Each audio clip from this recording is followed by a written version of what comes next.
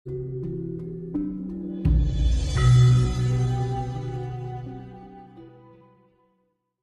nanti yang membalas berkahnya itu adalah Tuhan. Itu. Nah, kerajaan itu sistemnya seperti itu. Raja itu dianggap sebagai wakil Tuhan. Kalau dalam agama itu nabi misalnya gitu kan. Sehingga dia bekerja seumur hidupnya apapun tidak memikirkan hasil. Tapi berkahan mereka. Kenyataannya mereka anak cucunya jadi walaupun gajinya segitu bisa membesarkan anak cucunya, bisa sekolah, bisa hidupnya baik. Itu mereka anggap sebagai berkah tersendiri. Nah, tadi kembali ke sistem tadi, apakah Indonesia akan kembali seperti sana? Walau alam jawabnya. Tapi paling tidak zaman kerajaan juga ada sisi baiknya. Tapi juga ada sisi minusnya kalau dilihat dari perspektif sekarang kan tidak ada demokrasi misalnya gitu kan.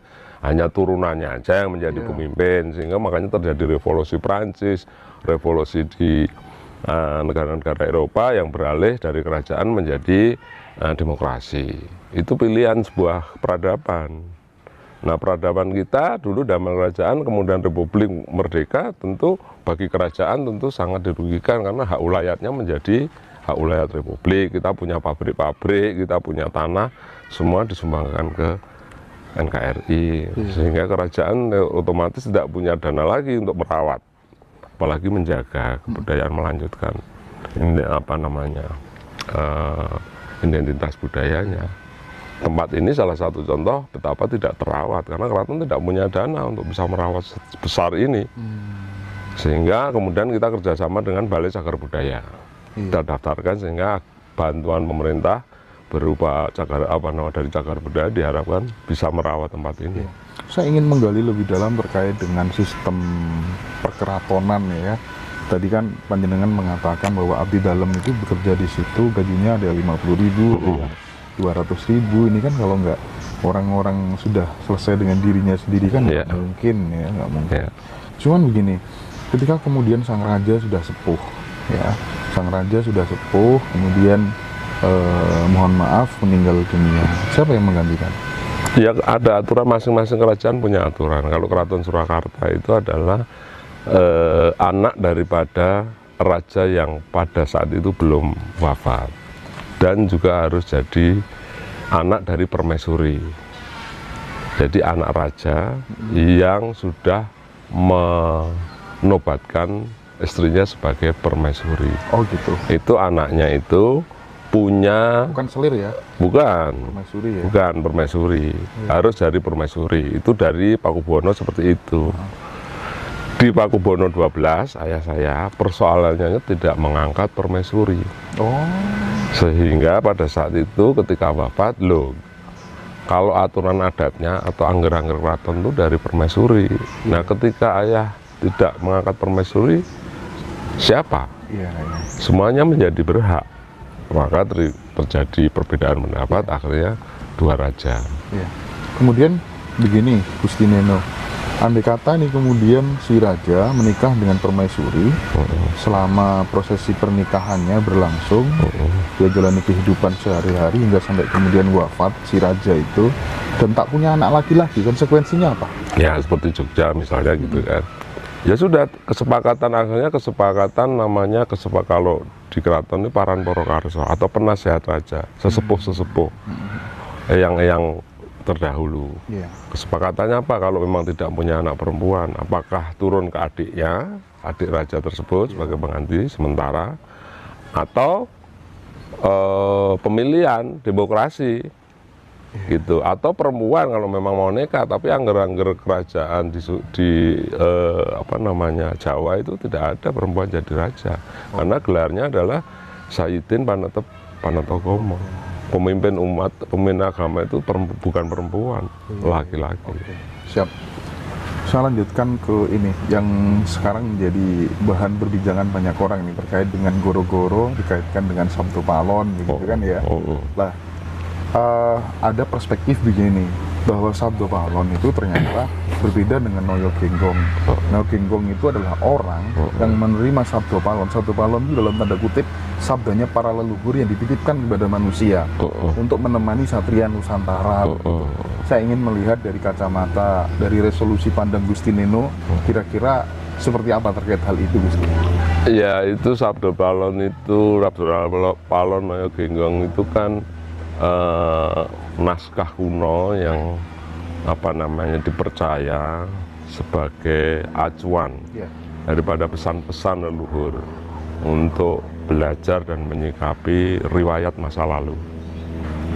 Nah, tentu ini dianggap cerita biasa, dianggap cerita spiritual yang mengandung makna-makna yang penting, tapi juga dianggap sebagai ajaran.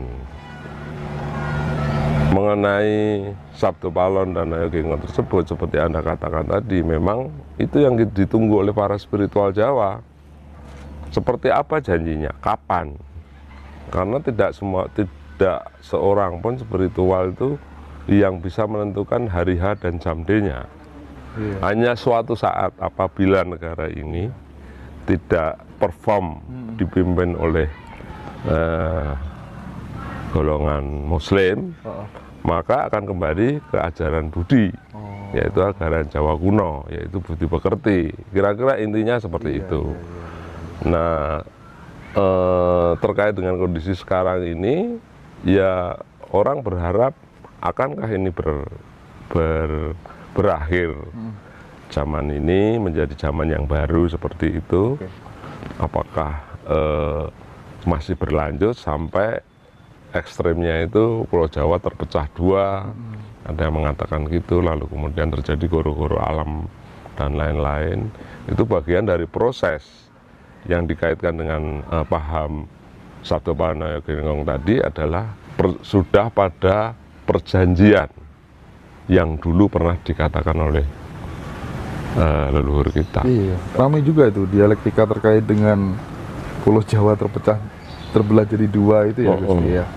Itu kira-kira alam yang buat seperti itu kah? Ya pasti alam, bukan rekayasa politik. Dan Gusti yakin dengan hal itu ya? Sangat yakin karena gini, pemahaman saya terutama orang Jawa ya, itu kondisi negara, kondisi masyarakat itu berkelanjutan mulai dari awal prasejarah, munculnya sejarah, lalu kemudian kerajaan-kerajaan ini berlanjut.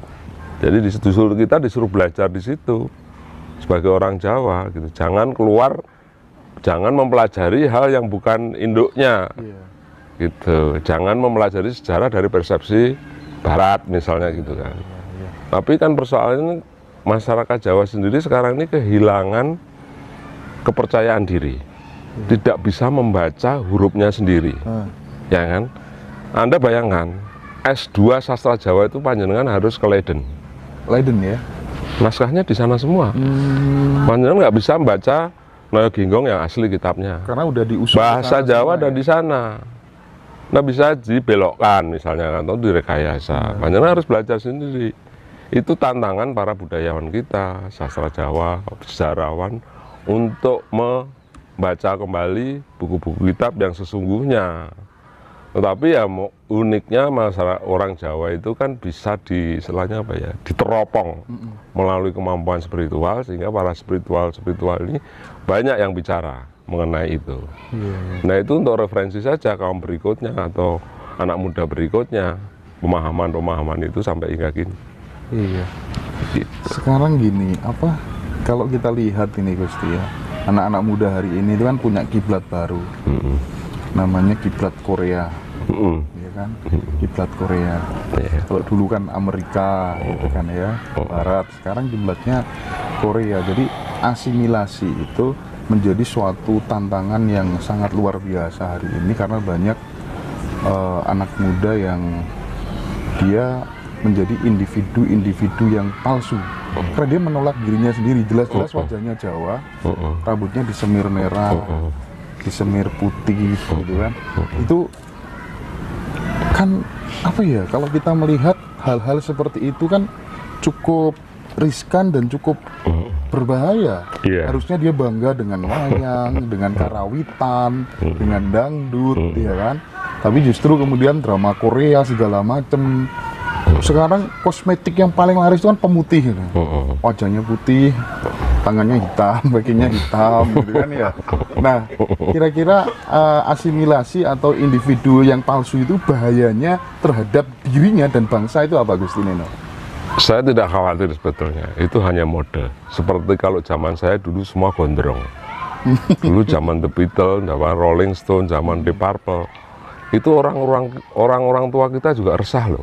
Iya. Pakai celana cutbre, tinggi anunya, tinggi banget sepatunya. Saya dengar orang-orang tua itu, apa ini situasi zamannya, apa nggak rusak ini zaman ini. Dan juga zaman sekarang seperti itu. Sekarang eranya medsos. Anda bayangkan Anda bisa melihat dunia di satu tangan, HP. Tentu itu akumulasi daripada persepsi orang-orang sekarang yang tidak mempunyai bekal kebudayaannya sendiri untuk gampang terpengaruh oleh budaya pop kan itu. Tapi itu nggak akan lama, nanti akan kembali lagi. Gitu ya. Iya. Tidak perlu dikhawatirkan ya. Dicermati ya, tapi tidak perlu dikhawatirkan. Itu saya anggap saja mode. Lihat aja 2 tahun 3 tahun lagi mungkin tidak Korea lagi, China misalnya, atau Jepang. Tergantung kan, tergantung mana nanti budaya pop itu seperti itu. Muncul hal yang baru, disukai, ya sudah kayak ngeracun. Ya kan, tadinya Bengawan Solo berubah ke kayak ngeracun. Ya kan, seperti itu kan. Tapi kalau standar kecantikan versi Jawa nih, sebagai manusia Nusantara itu, kira-kira apa? Karena kalau dulu kan standar kecantikannya kan ala Amerika, sekarang kibatnya kecantikan itu ala Korea. Nah, kalau versi Jawa bagaimana itu? Ya makanya kan kemudian zaman Pak Harto kan menentukan pakaian nasional batik. Misalnya itu untuk mengembalikan tadi citra di luar itu paling tidak ya nasional pakaiannya ya kan, tapi batik boleh dong, kaos batik boleh dong. Iya. Pakai belangkon sekarang udah banyak yang suka loh. Betul. Gitu loh, artinya merasa ya gue Jawa gitu kan, nggak apa-apa, seperti orang India dengan ikatnya dan sebagainya. Nggak, itu tren saja tadi, nggak usah dikhawatirkan. Nanti akan kembali, karena apa, itu genetika. Dia punya genetika orang Jawa, atau orang Ambon, atau orang apa namanya Kalimantan. Itu darah hiu leluhur itu akan memberi energi untuk kembali kepada yang hakiki. Nah, apalagi kalau sudah mengenal spiritual, panjenengan dituntun ke sana. Itu yang disebut konsep Jawa sebagai sangkan paraning dumadi. Jadi konsep Jawa itu ada 3. Yang disebut sebagai pertama itu sangkan paraning dumadi, yang kedua memayu hayuning bawana, yang ketiga manunggaling kawula lan Gusti. Diekspor satu-satu, Gusti. Oke. Jadi sangkan paraning dumadi itu bahasa Indonesianya adalah manusia Jawa itu agar memahami masa lalunya, dari mana mereka berasal, untuk apa dan mau kemana. Itu harus tertanam dalam hati nurani. Ketika orang sudah, istilah panjenengan tadi, sudah apa namanya, lepas dari dirinya, atau apa nanti bahasanya, sudah selesai dengan dirinya, itu pertanyaan itu akan muncul di nurani. Dan rohani kita ini, atau apa namanya, ya rohani kita ini ada genetika, kalau bahasa ilmiahnya. Genetika yang lalu itu akan mengisi kekosongan pertanyaan itu. Itu yang disebut sangkan paraning dumadi. Lalu kemudian yang kedua konsepnya adalah memayu hayuning bawana. Memayu hayuning bawana itu bahasa Indonesianya adalah agar manusia itu sebesar-besarnya untuk kemaslahatan orang banyak, memberi kebermanfaatan kepada orang banyak. Itu orang yang paling bahagia. Itu yang dituju manusia, hakikat tujuan manusia. Spiritual berarti kebermanfaatan itu ya? Yes, gitu. Lalu kemudian masuk yang ketiga itu manunggaling kawula lan Gusti. Kalau saya coba bahasa Indonesia akan tafsirkan, itu adalah segala ucapan, tindakan, dan perbuatan itu agar sesuai dengan perintah dan larangan Tuhan. Itu saja konsepnya ajaran Jawa itu.